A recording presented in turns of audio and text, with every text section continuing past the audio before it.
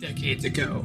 I don't remember exactly when I was launched into space. I don't remember exactly why, but what I do remember is that I bought a box full of the best pop culture films and shows. The first week in space was great, but it all went downhill when I went to dump my waste into space. I made a mistake and pressed the wrong button and opened the door to storage room A. My VHS box was launched into space. I went insane due to lack of entertainment and became the Contrarian.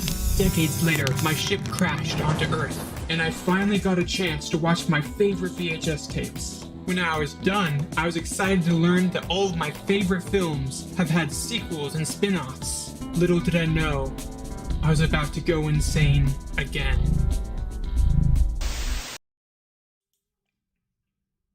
Contrarians log number 9. Alright, almost double digits here. So close. Okay, so the Marvels. Let's talk about this film. Is it good? Is it bad? Is it meh? I don't know. Anyway, so I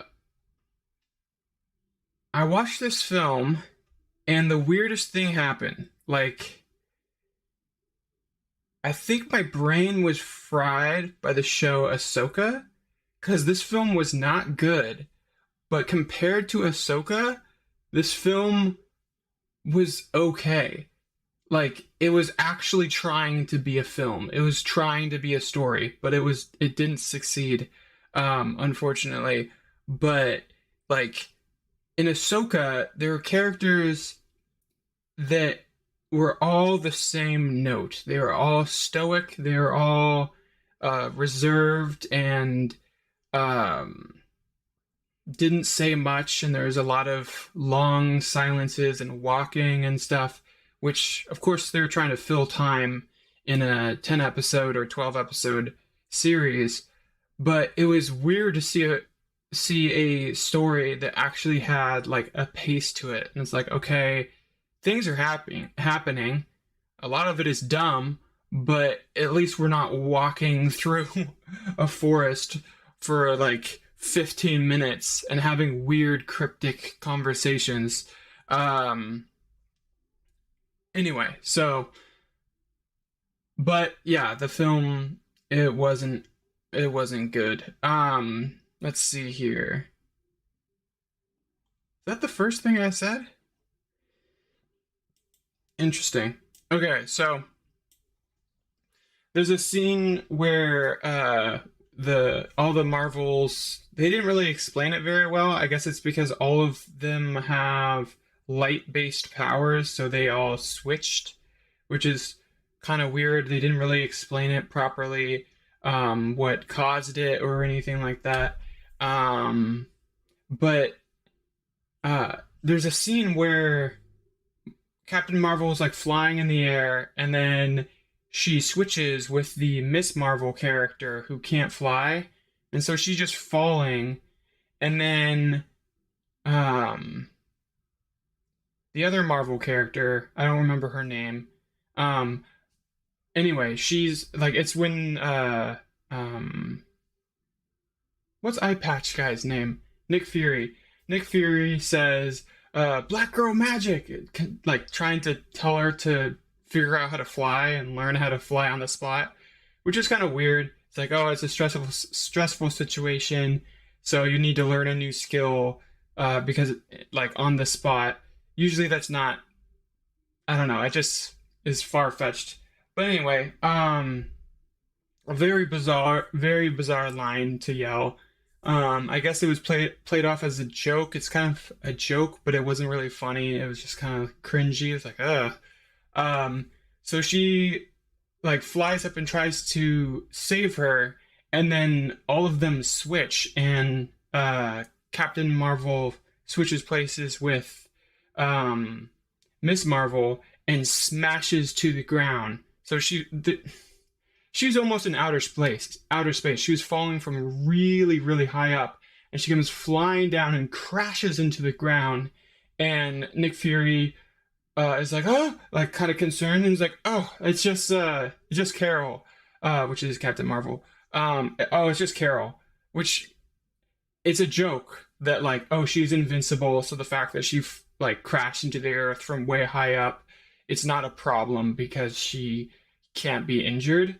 And so that's one of the problems with this film. They joke about things, they joke about problems in the film, and just because they're joking about it, they think like, oh, we're clever. It's like, no, no, no. It just means that you're aware of the problem and you just don't care. Um, because the problem is, um, having invincible characters is really bad for the stakes of a show or a film. You have to have the audience kind of be worried about the characters. Like even if like they seemingly have plot armor, you can't make them invincible, which joking about it is just anyway, it doesn't fix the problem. It just makes it worse. And then also it's like, does she not feel pain though? Wouldn't that hurt? So it's her friend being like, "Oh, it's just you that came crashing into the ground." Like that didn't hurt at all. Like, yeah, maybe you can survive it and it's not a problem. It's like, anyway. Um,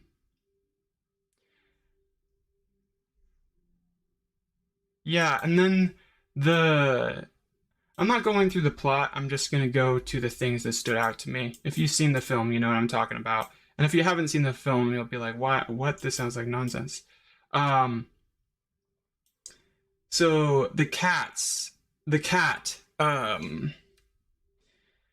yeah, the cat obsession with the film is kind of weird and just makes Captain Marvel look like the crazy cat lady from The Simpsons.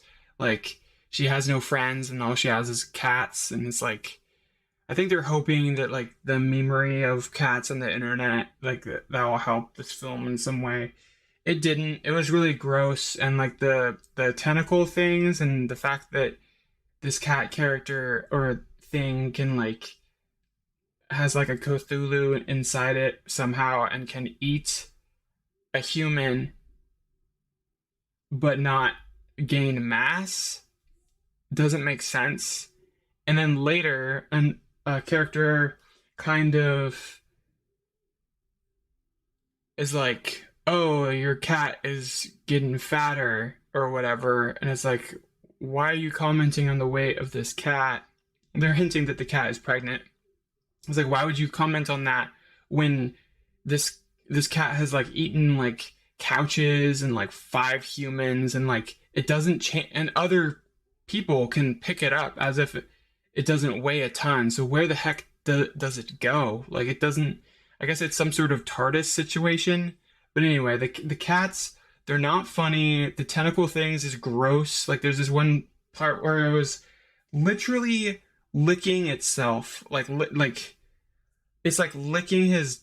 It's like I think it was like licking its butt with tentacles. It was just like the grossest thing ever, and I was like, this isn't funny. This is disgusting. Um. Anyway, so the cats are dumb. Uh.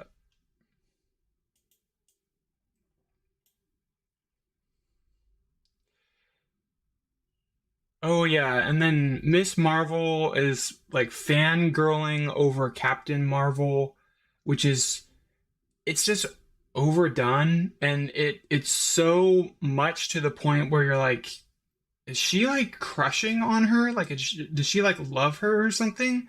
Which is if that's the case, if that's what they're hinting at, which I'm not sure if they are, that's really weird because she's like playing like a child, like she's like 15 or something. I don't know how old she is, uh, but that's really weird. And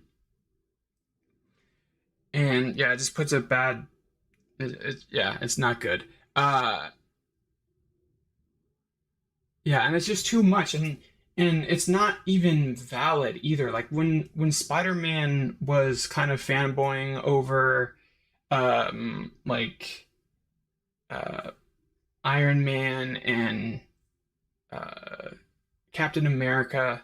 That's because those characters are really, really interesting and well developed and have like several movies behind it. Where like this is kind of a reverse thing where the audience is supposed to be like, oh, this character is so cool because this this other character is like fangirling over her. Like I don't see it. Like when she had the whole intro of the comic book that she's been writing, and it's kind of plays out as an animation, and it's like they're talking. She's talking about Captain Marvel, like that. It seems like she's.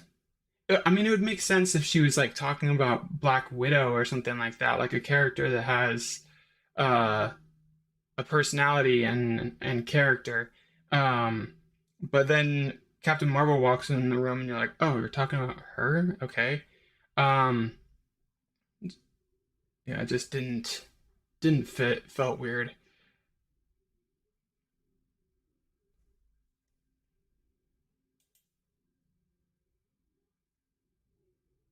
Okay. All right. So there's this whole musical section of this film where they go to a planet, and the planet, its language is sing-song, like musical, and that didn't really make much sense because they were singing English, but they couldn't understand speaking English. They could only understand singing English. And I know a lot of this is like, yeah, this is alien world thing, and they're singing English for the audience's sake, so you can understand what's happening. But it would have been kind of interesting to have them singing like another language, and that the audience didn't understand, and then the story would have to convey the information by what the characters were doing while they were singing. Like you could have them kind of like dancing around the and singing around Captain Marvel in like a like um celebratory way, and then you could get the idea like, oh, this is, she's the princess of this culture, because that's kind of the point anyway. But they didn't do that. And the thing that bothered me about this whole thing is, so there's like an insistence upon like making female leads for these action adventure superhero films, which statistically, if you just look at like toy sales, like 99% of the toys sold are, Spider-Man, Iron Man, Luke Skywalker, Darth Vader, Boba Fett. Like those are the ones that sell. And Princess Leia, even though she's an awesome character, like her toys don't sell as well as the male toys. And that's not for some sexist reason. That's just because like little boys really like action adventure, and that's fine. Like that's totally fine. And so there's like an insistence upon like, all right, the action adventures have to have female leads. And so this film with three female leads, and then there's this plot point where it shows like she like puts on a weird headdress thing, and she's like, oh, I'm the princess of this planet, and I'm married to the prince of this planet or whatever, and it's just for political reasons. There's no romance there. It's just to help them out. I'm just helping out my friend on this planet. And so they go there, and she meets her fake husband, or I guess legit husband, but she meets her husband, and her husband's like wearing this like big headdress thing and does some sort of magical move and turns her outfit into like a gown, and she looks like very like elegant and graceful, and she looks like a princess at a ball. And then they have this dance, and it's like all this is like for the culture. It's like for the people. It's like they're just like, this is a legit marriage thing, so they're like pretending like they're like in love with each other and stuff. But it's really bizarre because it's like why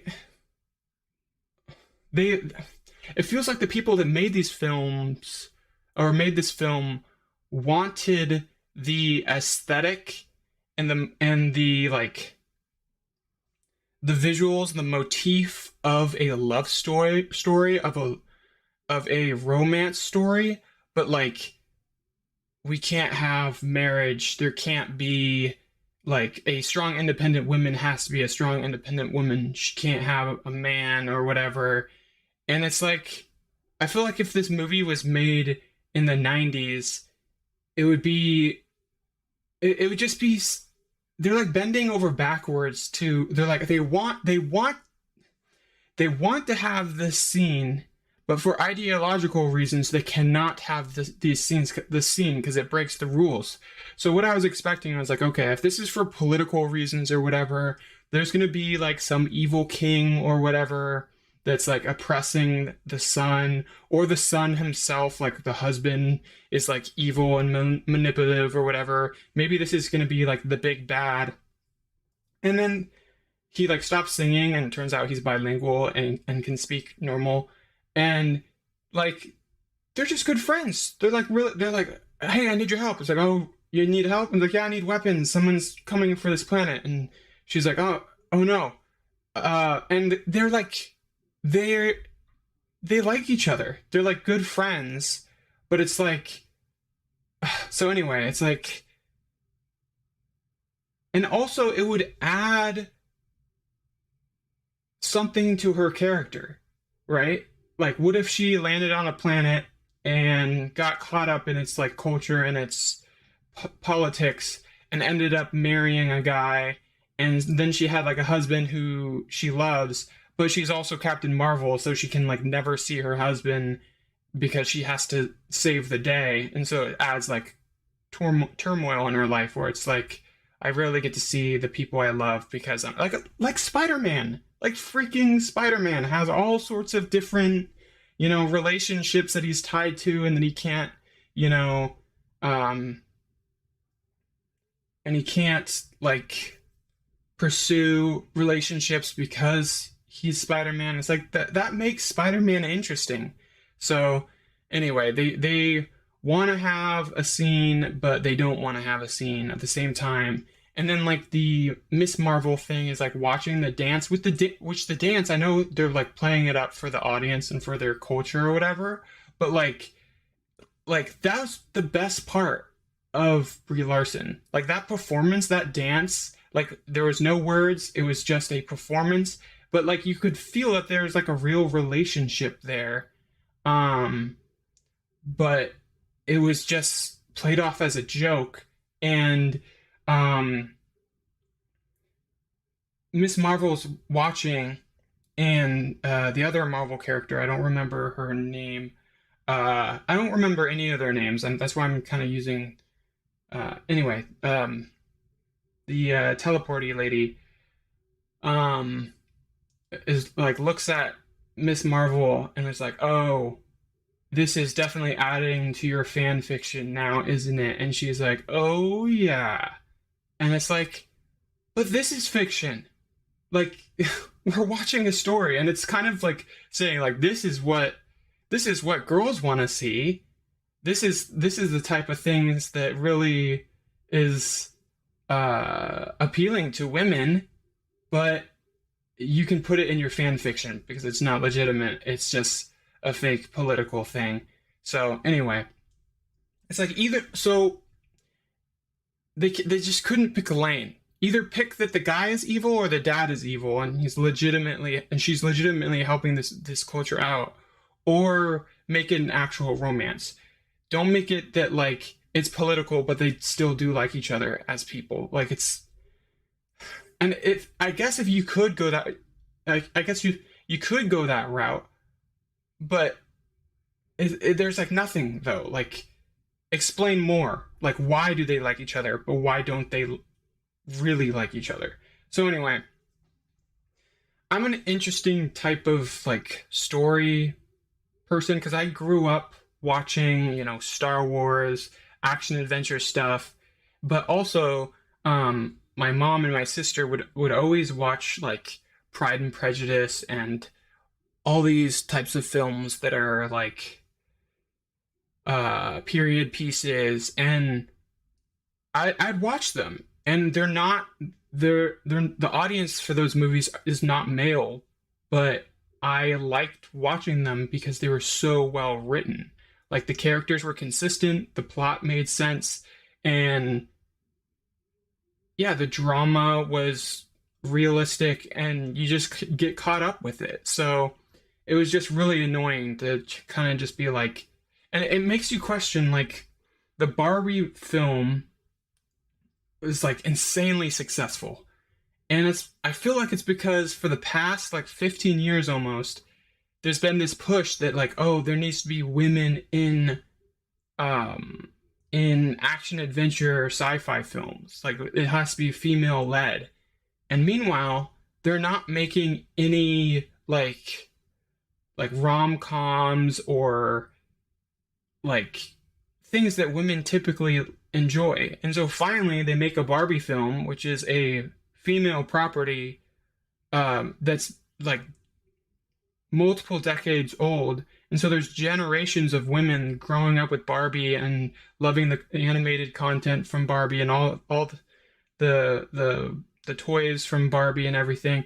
And then like finally generations worth of women like deprived of entertainment that's actually geared towards them. Like I said, like I'm a type of person that just finds story period interesting. I mean, I do prefer action adventure, but I have no problem sitting down and watching 6 hours worth of the Pride and Prejudice film several times. Um, so I'm kind of like an odd person. I'm more of like a story nerd rather than a specific genre nerd. But anyway, um, and so they make the Barbie film, and it does crazy well. It does insanely well. Like everybody saw that. So financially, I haven't seen it. I can't say story wise if it's actually a good story or not. Um, but yeah, so it's almost like an adds insult to injury where it's like, okay, female led action film, and then they're like, oh, here's some interesting political drama, potential romance, royalty stuff, but it's just a joke. That's just a joke. Haha, isn't what girls typically like watching silly and stupid? It's like it seemed like an insult. Anyway, next topic here.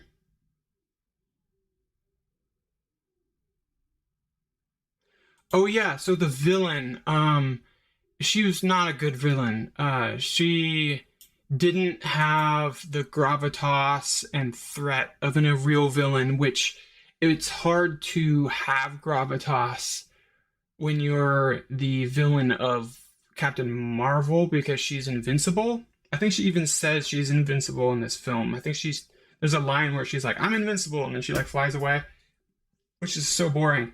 Um, so already that's like, even if like the villain was some hulking, like straight up Hulk character, um, with a ton of magic powers, like that would still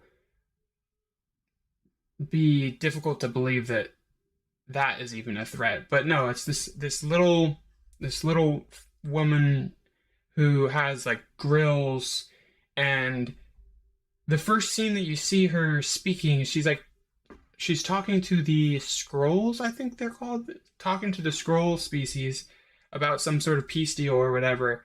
And she has like grills in her teeth, and she's like really breathy and weird, and and it's like, why is she speaking like that? And then it's revealed that her planet doesn't have enough oxygen. And so it's like, oh, that's actually kind of interesting that like the environment that they're in is affecting how these characters speak. But maybe they did and I wasn't paying attention, but I'm pretty sure the fact that they didn't have enough oxygen was not shown. So you just see this character just super breathily speaking to people. And like all of the camera angles are as low as possible to try to make her as intimidating. But she wasn't intimidating at all. Yeah, the whole scrolls thing, which is so frustrating. There is such a scary villain idea because it was like this alien species that can look like you, and so it's almost like Among Us. Like it's like you don't know who's who, and that could have been a really interesting, scary situation. But instead of that, they're doing like an immigration analogy thing, like immigrants and refugees or whatever. And so they're, good guys that are down on their luck and they can't find a planet to live on, even though it's seeming like, I don't know, like it doesn't feel like, I feel like there's so many planets in this universe where there's so many movies and they go to jump from planet to planet all the time and they land on like a planet that's like unpopulated and they're walking around, they're breathing and stuff, and it's like, what's wrong with this place? Like what? So it's hard to believe that this species can't find a planet to live at. I just don't buy it at all. And you need an entire planet. It just looks like there's like, I don't know, maybe a couple thousand worth of you. I don't. Doesn't look like it's a whole global community, which I don't know. So it was hard to buy that. Sometimes when you want to use something as an analogy and subvert what is expected, sometimes that doesn't pay off. Sometimes the original like design and purpose of a character is perfectly fine. I mean, I like the idea that there's factions of this species that are like that there's a species and there's like tons of different cultures in the species and there's like factions that are evil. I like that idea, and there's factions that are good, which I don't know if that's explored in that Nick Fury show that came out. But anyway, moving on. Oh yeah. So I wrote this down. Characters should be more than just jokes. And I think that's a massive problem in this uh franchise at this point. It used to be that like, oh, this oh, I didn't set my timer. Let's see.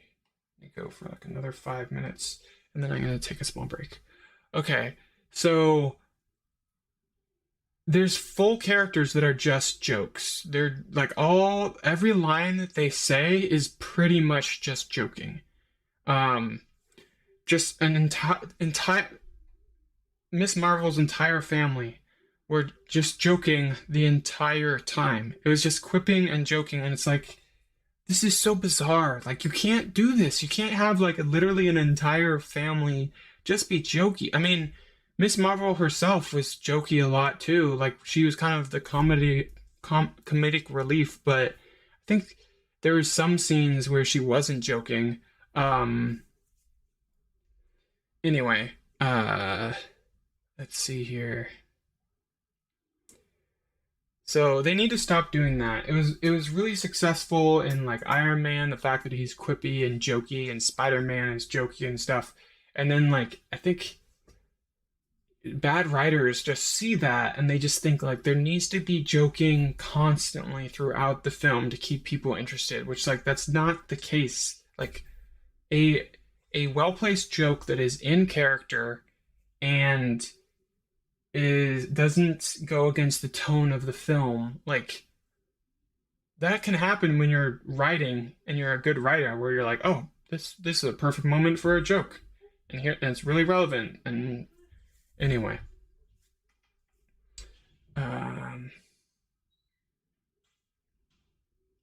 oh yeah, I guess I'm skipping all the way to the end. Uh, this is not in order of what happens. This is just uh random order. At the end, there's like a kind of like a joke where Miss Marvel's kind of acting like she's Nick Fury and is starting the Avengers, but for women and girls.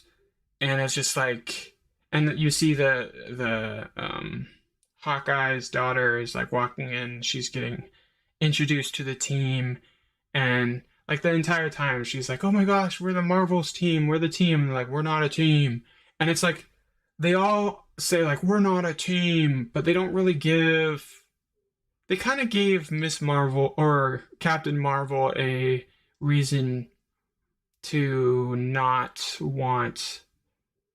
uh not want to be a part of a team, because I think she's like afraid of hurting people inadvertently. Like that's the thing. Like they made this overpowered hero character because they wanted to have a strong female lead, and they just made her super super good. And so I'm kind of backtracking a little bit. So the fact that the bad guy is really ticked off about, or is like on a revenge plot because Captain Marvel landed on their planet and destroyed their AI that was like causing wars or something like that. She like landed and like blew up this AI thing, but the AI had other things it was doing besides causing war. Like it was like supporting the planet somehow, and then it blew up, and then it ruined their atmosphere and their sun and all that stuff. So I like the idea, because I was talking to my friend about that, where it's like it's okay to have an extremely competent character, but that is a thing that happens in real life, and those are called savants. Like savants are real like people, and like the biggest issue that savants run into is that they are they are too good, and they like accidentally hurt people because they are too like, if there's like a savant in martial arts and they're really really naturally talented at martial arts, and then they really injure their friend, and then it's like, oh geez, like I need to learn how to pull my punches. And so it's kind of, so I that's why I kind of appreciate that they're trying to give Captain Marvel a flaw. It's like you're super powerful, but you don't know how to like, you if you don't think, if you don't think things through, you can inadvertently destroy a world, which she doesn't want that, and that's traumatizing to her. So it's like that's good stuff. But yeah. Anyway, and those that was the things I was kind of appreciating. Like anything that's getting the character, like Rey really needed that in Star Wars. She needed to, and I think they kind of hinted to that where she like blew up a Rey, I'm talking about, blew up a spaceship with lightning by accident, and killed Chewbacca. But then it turned out that Chewbacca wasn't in the spaceship, so she didn't. She just thought she did, and so these things don't work unless there's actual consequences. Like they should have actually killed off. They shouldn't have killed off Chewbacca. All right, I'm gonna take a quick break. All right, I'll be right back. All right, I'm back. Thanks for waiting. All right, so okay, yeah. So back to, I was saying something about Rey. I think I got my point across. Yeah. So they're kind of doing like the Lady Avengers. Uh, it's kind of played out. It's kind of like a joke a little bit, but just the idea is kind of, it's kind of weird because it was like there are women in the Avengers. Like the first Avengers, there's Captain Widow. There was Black Widow in the original Avengers, which yeah, there was just one, and the rest were all guys. But like I said, action adventure comic book movie, big deal. Like it's quality over quantity. Uh, Black Widow was a really good character, and the fact that she was basically just a woman with a gun, and she was able to uh like be in the team full of all these like super powered characters with suits of armor and like literally a god, and she's in that team, and she's in that team because she's been a spy her entire life, and she was just a great character and super competent but with flaws. And yeah, and then as the Avengers went on, like there was more and more great female characters, like Scarlet Witch back in the day. She was a good character. She was interesting, but yeah, not the latest versions of her. Her since her show, she's been an awful character. She's just basically been a villain. Um anyway, so I just find it really weird. Like it wasn't an all male Avengers. So it just it's just stupid.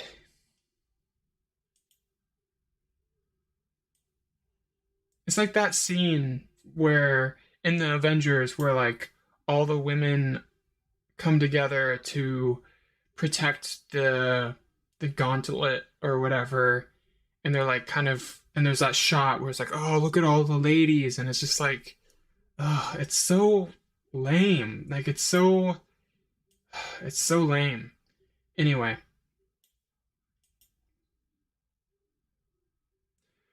oh, okay. So there's a thing where I gotta figure out her name. Sorry, one second. I can't just call her Invisible Lady. Uh, Captain Marvel. Or no, that's not it. The Marvels cast.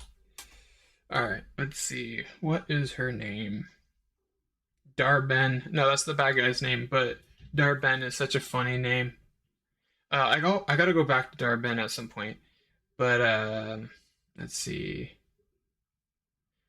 Monica Rambeau, I think her name is. Is that the? Yeah, no, that's the character. Okay, so Monica. She has a character name. She doesn't have a superhero name.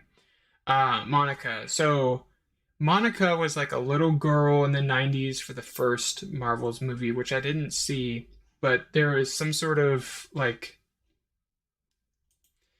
uh there's some sort of hurt or pain in the relationship where like she's Captain Marvel is like really eager to see her and is really happy to see her, but she's kind of just like a little standoffish and um and so it's like okay, so that's kind of interesting that there's some hurt feelings there. Are we going to have like a scene where they like sit down and talk about it or like have a conversation about it or but instead they put on these like um kind of first for exposition purposes they're trying to find a map or something.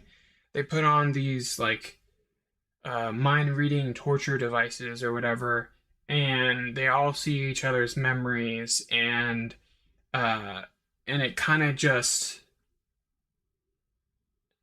yeah it basically it does like character. It's like a flashback instead of a conversation. I would have preferred. Maybe they're like, oh, this will be show don't tell and it'll be great, but like it would have been so much better if they had a conversation because it also goes in reverse because it's also tell don't show. So you can have characters just sitting down and talking about how they feel and stuff. Um, and done with subtext and stuff. Maybe even have it be they're talking about something else but the subtext is about their relationship. That would be kind of cool. That's kind of called good writing. But anyway, um so yeah, the flashbacks is that's really lazy, I feel like. Oh yeah, and then at the end of this film, spoilers by the way, I just don't care. And I don't think people that are fans of this character or movies would care about my opinion. But uh, yeah, they introduced the X-Men. The For some reason, the bad guy trying to steal the sun of Earth, um, like tears a rip in space and time, and it's another alternate dimension BS, and this is just a way to bring in the X-Men into the Marvel universe since they bought Fox. Um, And so that was really ham-fisted, and so she tries to close it with her vague powers that aren't the power sets of all these characters are not really explained. Like I like Captain Marvel or Miss Marvel's power set because it makes sense. It's like the web slinging thing where she can literally just make mass float in air, so she can kind of jump on things. So it's kind of a way of doing flying that's a little creative. So it's like, okay, that makes sense. She can take she's like Green Lantern. She can take, with her imagination, she can turn light into mass, which is it. I can wrap my head around that, but with like Captain Marvel, I don't know what she just shoots energy out of her fist and can fly. It's just too vague. It doesn't make sense. I like the days of the very, very clear power sets. Anyway, so Darth Ben, that's not her name. It's whatever. I'm gonna just call her that because it's funny. Darth Ben realizes that Miss Marvel has the bangle thing, like the bagel that you put on your arm. So she's like, "Give me your bagel. I want that." And she finally gets it somehow. I don't remember how. And then she like almost bangs them together, and everybody's like, "No, don't bang the bagels together!" Ah, and it's like, wait, why? Why not? Why? What?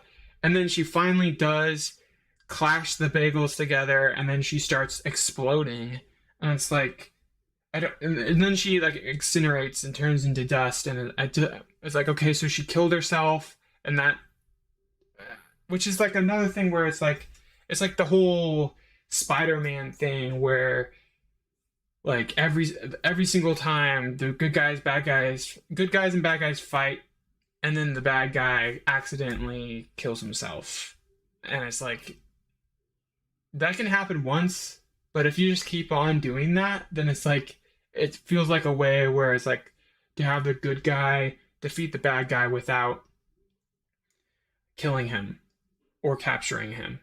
It's like it's just lazy, and is a trope at this point. So yeah, she blows up, and then Captain or Miss Marvel, yeah, and then Miss Marvel just reaches out and grabs them with like her magic powers and like basically grows a big hand with her magic powers and scoops them back into the ship and along with the bangles. But it's like, okay, so she has her powers without the bangles.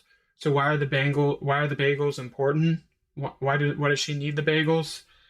That's not explained. I don't know. I just it'd be cool because like, Spider-Man can't shoot webs if he runs out of web fluids. It would be interesting if something like it could be a character flaw in a fight and add tension where it's like, oh no, my bagels fell off and I'm now just a human. I have to rely on my mind. Or with the Iron Man suit, it's like, oh, my suit is broken and I only have one booster. Like that was the coolest stuff with Man is when he only had a glove and had to fight off a bunch of bad guys. It's like kind of sick. But anyway, or when he only had his ring that turned into like a tiny little hand glove thing. Yeah. Uh, yeah, the Bengals thing. Okay, so then Monica flies out to try to fix the rift or whatever. And it's like, oh, you both need to shoot me with your powers, and then I'll become more powerful. And it's just like all sorts of like, where there's no like in like action adventure sci-fi all that stuff. If you have cool magical powers, you really need to have rules that explain how they work, what their limitations are, and stay consistent. Because it's like you just don't care what happens in an action scene. You're just like, okay, it's just a light show basically. Like with Star Wars, you gotta like have lightsaber fights and force powers, and you have to have it clearly established. This character is a novice and too confident. This character is a master, super really good, and they all have the same they all have the same powers, but it's like skill level, and that's clearly defined. But with this, it's just a light show. You don't know what's happening. So Monica flies out there and pulls the rift together, and then she gets lost into the other,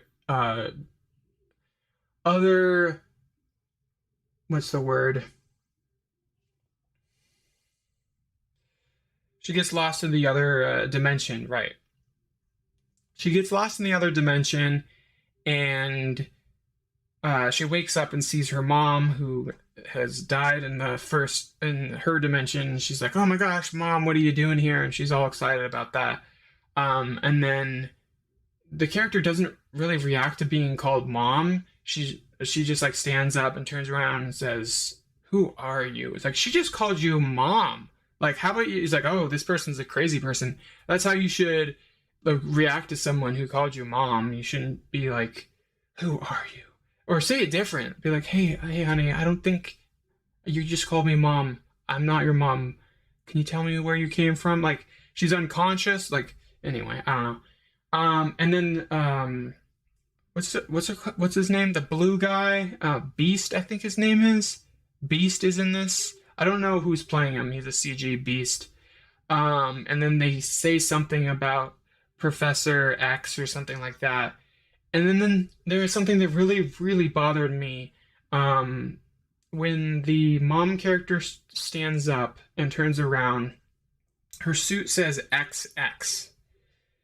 And I don't know, like, I don't know if I've heard from places, different podcasts, that people are saying that the X-Men, they're gonna change the X-Men's name because they don't want it to be men. They want it to be, because there's men and women in the X-Men, so it shouldn't be men. But it's like, no, I would think X-Men is like how you use the word mankind.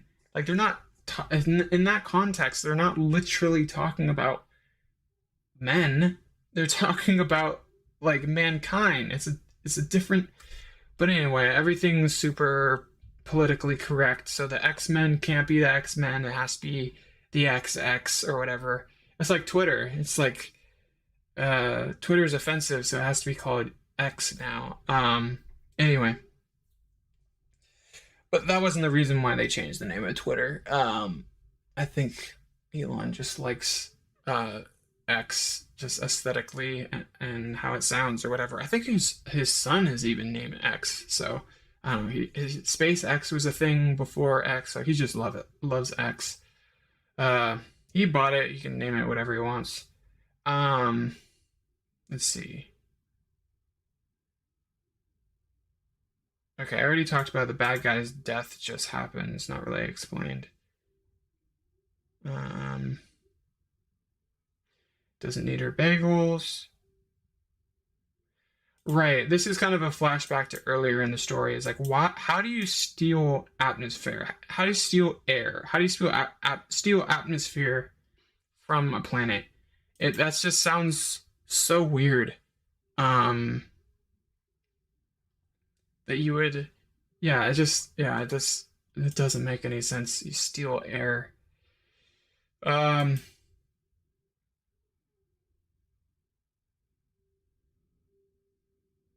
right. Okay. So Miss Marvel, when uh the Skrulls planet starts exploding because their atmosphere is being sucked out, and then the rift is doing something bad to their planet, and everything starts like collapsing. And Captain Marvel's like, Miss Marvel's like, "Oh, we have to save them all." And then he's like, and then Captain Marvel's like, "No, Miss Marvel wants to save everyone," and Captain Marvel is like, "We have to save who we can," which is like kind of pragmatic, and it's like, that's interesting, and it's like realistic. Like, if we try to save everybody, then everybody will die. If we can get as many people as we possibly can and then get the heck out of here, then that's the best we can do. We just have to live with that. And then it's just like, that's the struggle of being a hero. So it's like, okay, that's kind of interesting, and maybe it'll make how Miss Marvel looks at her different, but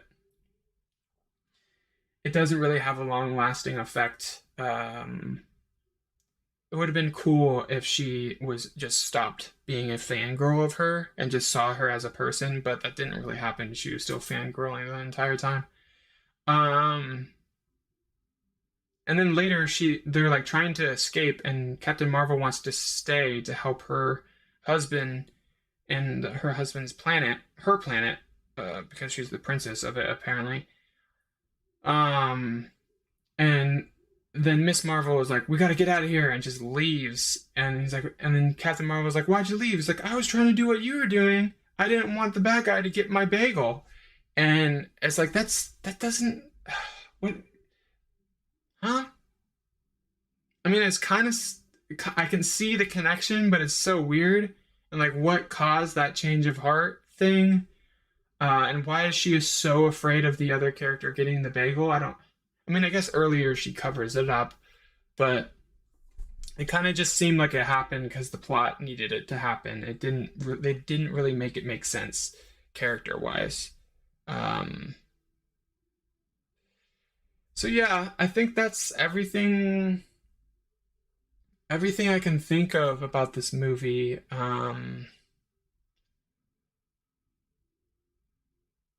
Yeah, I think that's about it. I don't really have anything else to say.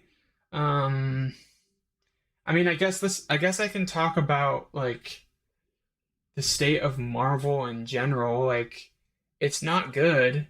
We're not in a good place. When it comes to yeah, we're just not in a good place when it comes to the MCU. They're really pushing a lot of agendas. Things like can't happen and characters can't behave for politically correct reasons, which really makes it hard to tell a good story. Like it's really good just to like try to tell a story with characters. Like trying to push something is it's it's preachy. It's like Bible Man. Like it's like watching a show that's just trying to convert the audience to a religion. It's not it's not entertainment, and you can smell it from miles away when you start pushing this type of stuff. But it's I'm not excited for anything. I guess I'm a little excited for Spider-Man 3 or no, Spider-Man 4, the Tom Holland one, but it doesn't look good. The current state of the MCU and what they did with the Spider-Verse films, I'm afraid that they're going to try to character assassinate the MCU Peter Parker and bring in a Miles Morales that's going to be like by comparison is going to be like so much cooler and better, and our Peter is going to be so lame and broken. They might even kill him off. I don't know. Um, which like I would really prefer if they just if they want to do the we're doing Miles Morales now and we're going to do an arc with Miles Morales, please kill Peter heroically.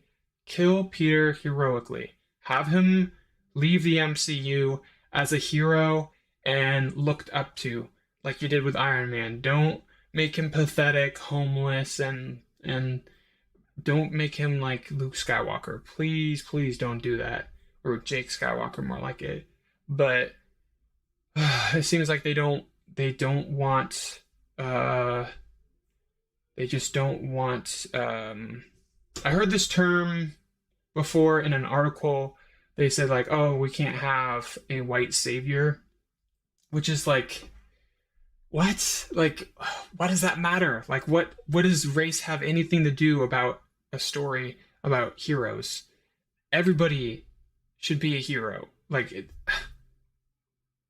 does and it's like it's an American comic book, and just statistically most of the people in America, especially back in the 70s, were white.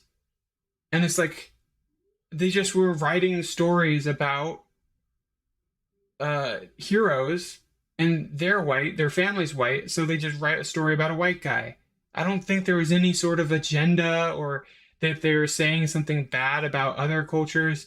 You don't need like it's it's so frustrating Just please go back to how it was in the 90s, where like we didn't see through things through the lens of race, because it makes it so, it just ruins everything. It just ruins everything when you just see things through, like, we had the Matrix.